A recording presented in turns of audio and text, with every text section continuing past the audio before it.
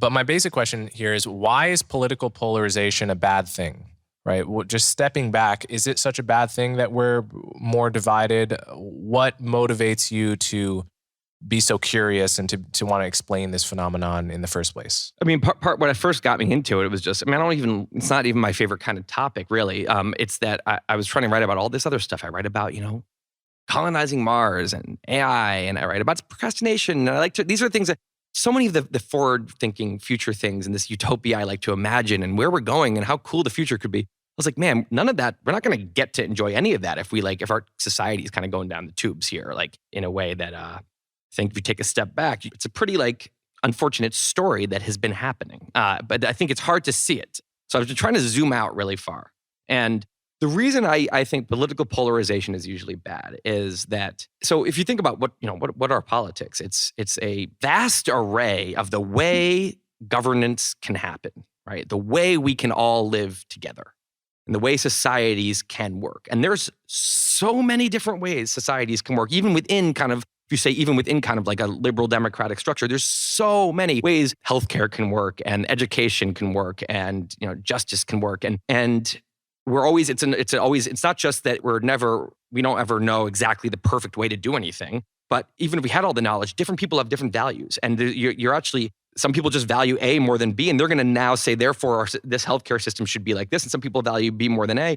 So so we're never going to fully come to a full agreement, A, and B, then the world's changing incredibly quickly. You have, crypto comes along. Well, what should the rules and laws and norms and customs be around this whole new thing? The internet comes along, social media comes along. So the point is that this is the only possible way for this to be is a very ongoing, rich, vigorous discussion full of disagreements and heated discussions and frustrating compromises. And, it's a battle of persuasion. It's a battle to try to create take the ideas in your head, and create a mind-changing movement. If you can spread them far enough, then that can become the policies and the laws. So this is, to me, like how I think politics should be ideally. If we were all being grown-ups, right? A vigorous, open discussion. Now, that wouldn't be especially polarized. It doesn't make sense. There's so many different dimensions of this. There's so many different ways it can go. It's nuanced. People should be all over the place. There should be a rich, kind of vibrant discussion. Polarization, when that's going on, it's because a whole different mechanism is kicked in. I'm talking about, the thing I just described as a very rational, kind of grown-up way for politics to be, where we're all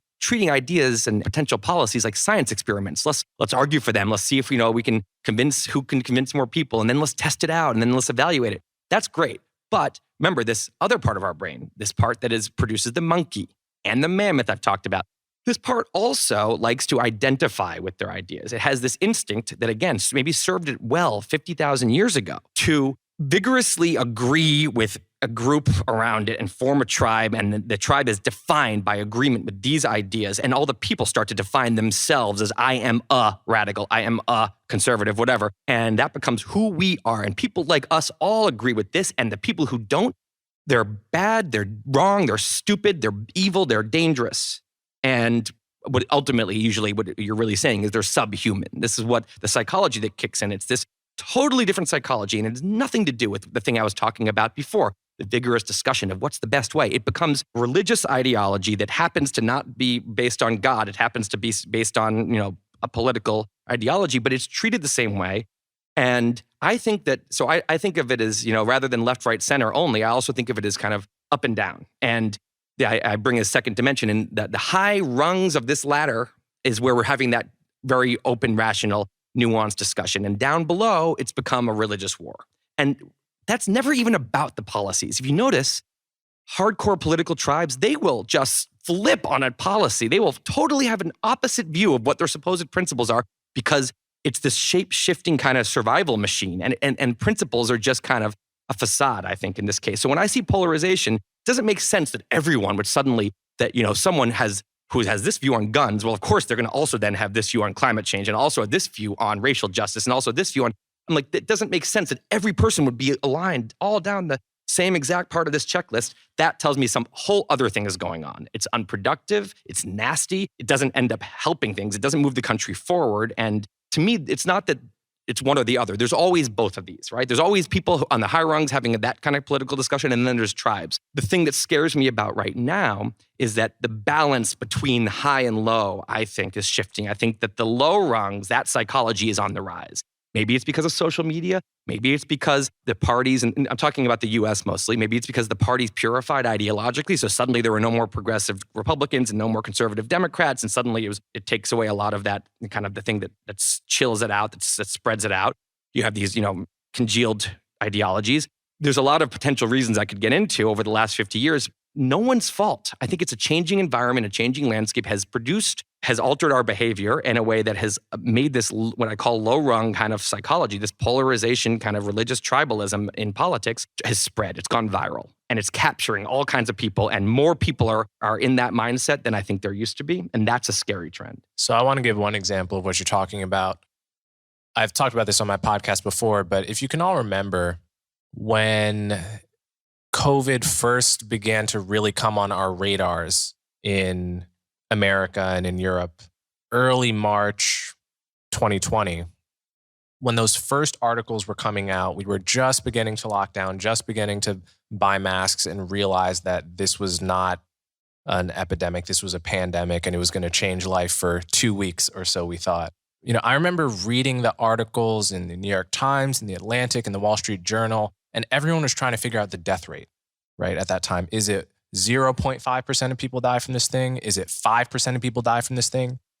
And we just knew very little. We had very little data. We knew Italy was suffering massively and they were triaging at hospitals. That seemed like a worst case scenario, but other places seemed not to be doing so well or not to be doing quite as bad. But there was really this sense where every article I would read, I noticed I didn't have a single thought about whether this was a left-wing or a right-wing paper at first, right? Like if I was reading the Times, I wasn't thinking, oh, they're going to take the liberal take on this. If I was reading the Journal, I wasn't thinking they're going to take a conservative take on this, because there wasn't a liberal or conservative take on the question yet.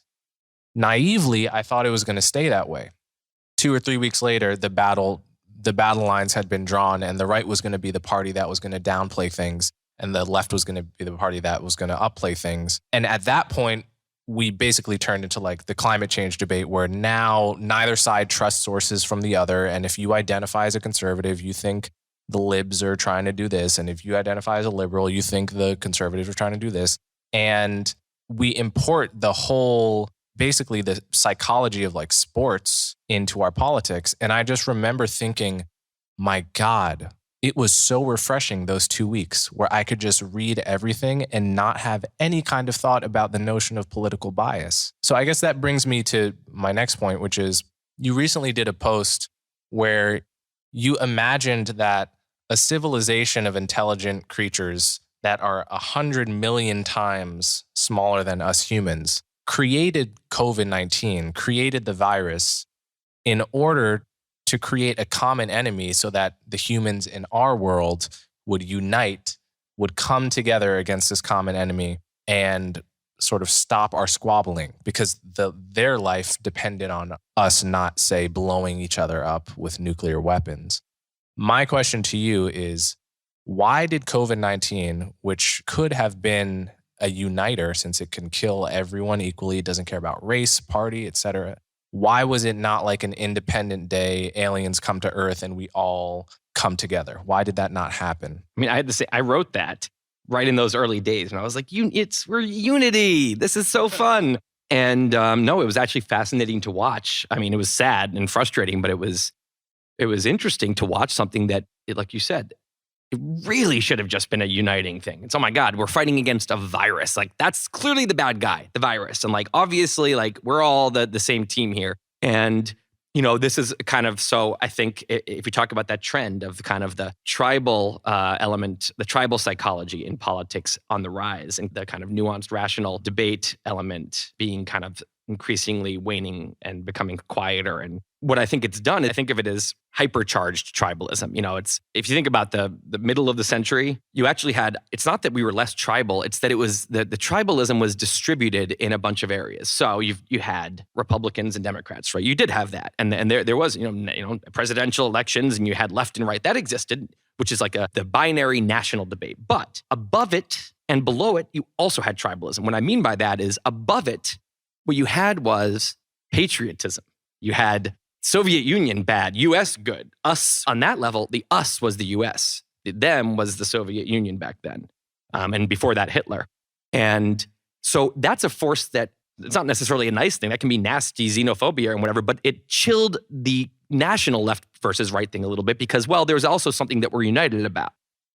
Meanwhile, below it, within the parties, you actually had so much. If you look at the 1960 and 1964 elections, there was so much, there was such a wide spectrum of ideologies within each party.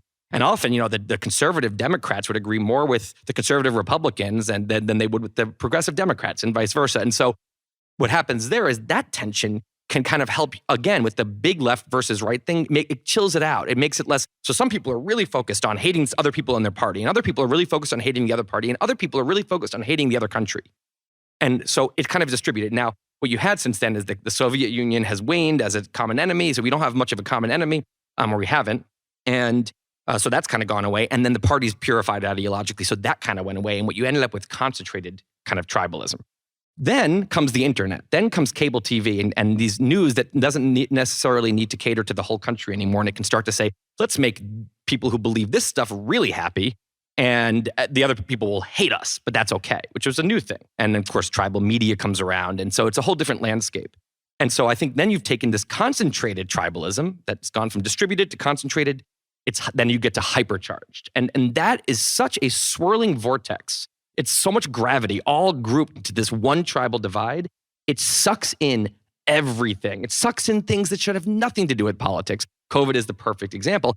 It wasn't even close in retrospect. It wasn't like this was, COVID almost survived and didn't. It was like a black hole. Everything's over the event horizon. Everything's getting sucked in. And so COVID comes in, and like you said, it could have gone the other way around. If you look actually at a bunch of the Democrats when Trump was in office, Pelosi and others were saying, I'm not taking that vaccine, not the Trump vaccine. People forget that. But if Trump had won re-election, I think the vaccine discussion would have been totally reversed. And this is what I said earlier about how the principle, when you actually look and you see hypocrisy, you realize the principles aren't what's going on here. It's what's good for our team right now. And so I think it was predictable that this was going to happen. I think what scares me is we have a lot of important debates to have. Because what happens when something becomes politicized, the vigorous, productive discussion, which is when you can actually learn stuff collectively, ends. And now everyone digs their heels in here, everyone digs their heels in here. There's no more mind-changing movements. Everyone already knows what they think. And then knowledge can just stall for so long. It can take us so long to learn new things in that environment. So we, as a big collective brain, becomes very stupid. We lose our ability to collectively be smart and to learn things.